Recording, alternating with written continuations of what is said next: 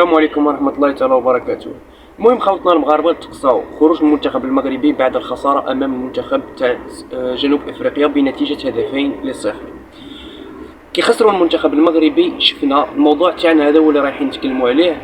شفنا خروج يعني فئة كبرى من الشعب الجزائري إلى الشوارع للاحتفال بإقصاء المنتخب المغربي، وتوصل بهم الأمر يعني إلى حرق قميص المنتخب المغربي واستفزاز خوتنا المغاربة، سواء داخل الجزائر أو في شرق الجزائر أو حتى في الحدود الغربية للجزائر، بالضبط في مدينة مرسى بن. يعني شفنا فرحة عارمة داخل الجزائر، وهذه الفرحة بالضبط كانت يعني في منتصف الليل. يعني الشعب الجزائري خرج بكثرة في منتصف الليل، وكانت هناك فئة معينة بطبيعة الحال قال لك احنا ردينا له بالمثل مع مباراة موريتانيا. لو كان نوليو شوية يعني القضية الاخر نشوفوا ان الشعب الجزائري كان هو السباق الاول، يعني بطبيعة الحال لما خسر المنتخب المغربي امام المنتخب الفرنسي كيف فرح الشعب الجزائري انذاك. ولا ننسى ايضا ان هناك فئة معينة من اتباع المراضية في فرنسا وفي العديد من الدول الأوروبية لطالما هم متواجدون هناك، يعني شفناهم خرجوا في العديد من المرات في مسيرات يعني يقومون باستفزاز خوتنا المغاربة وعلى رأسهم ملك البلاد. هذا من وجهة نظري أنا. باش نوليو شوية للسيجي بطبيعة الحال، شفنا أن الجزائريين خرجوا في مسيرة حاشدة كما يقولوا هما يعني عندنا في البلاد، مسيرة حاشدة للتنديد بالقضية الفلسطينية.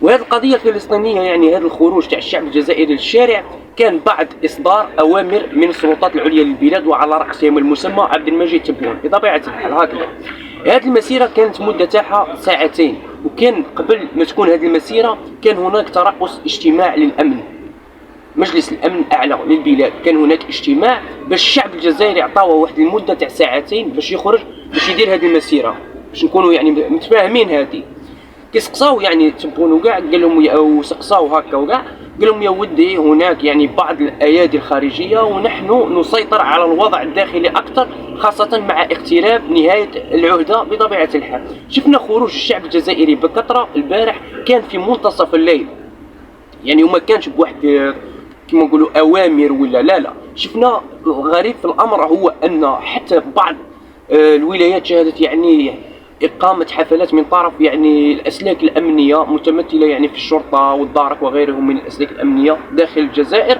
يعني وشفنا الشعب الجزائري في منتصف الليل وهو في الشوارع الجزائرية يعني فرحان، وش نقول عبروا على واحد الحرية تاعهم ما نقدرش نقول لك تخلع افيك تندهش. يعني السؤال المطروح يعني السؤال المطروح هنا باش نطرحوه احنا كجزائريين، يعني ماذا استفادت الجزائر من خروج المغرب؟ هذا هو السؤال. يعني ماذا استفاد الشعب الجزائري؟ اسكو المغرب هو اللي كان داير لك ازمه نتاع نقص المواد الغذائيه؟ اسكو المغرب هو اللي ما خلاكش تشري ماتريال باش تطفي الحرائق؟ اسكو المغرب هو اللي سبب لك البطاله في البلاد؟ اسكو المغرب هو اللي راه يهدد فيك؟ واش هو يعني الدوافع اللي خلات المواطن الجزائري يخرج باش يحتفل بهذه الطريقه؟ وانا كنت قلتها من قبل كاع، من قبل اقسم بالله العلي العظيم غير كنت قلت لكم بان يعني نهار المباراه تاع الاشبال المنتخب المغربي في الجزائر يوم تعرضوا يعني للضرب وتهجم من طرف المناصرين وبعض الاسلاك الامنيه، قلت لكم يعني في الوقت الحالي منذ تولي هذه العصابه للحكم داخل الجزائر اصبح الشعب الجزائري لا يكن الى المغاربه ما يكنون لهم بطبيعه الحال الجزائريين. الشعب المغربي لا يكن إلى المغاربة ما يكن لهم الجزائري. الشعب المغربي شعب مسامح، شعب كريم، شعب لطيف ما شاء الله ونعم الرجولة. سمعت بالرغم يعني من تدهور العلاقات وكل شيء، يعني إلى أن الأمر الشعب المغربي يعني يبقى واحد الشعب ما شاء الله يعني تبارك الله أقسم بالله العلي العظيم، وهذه شهادة حق.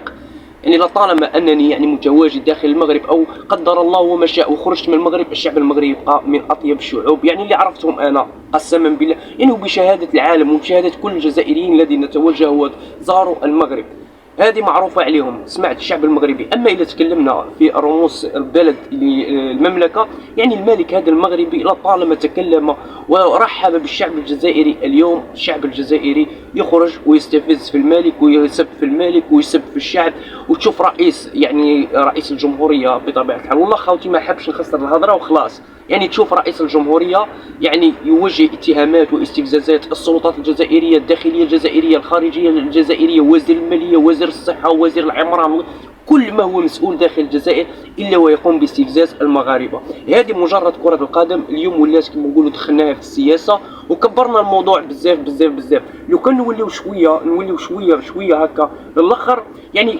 تقدر تقول بان انا والله نقولها لكم، يعني اذا كانت المغرب خسرت مباراه في كره القدم، باش نقولها لك بالدارجه باش تفهم، لو كان يكونوا المغاربه خسروا ماتش تاع بالون، على الاقل ما خسروش حاجه اللي هي الصحراء اللي قاعده تصرف عليها الجزائر هذه مده 52 عام.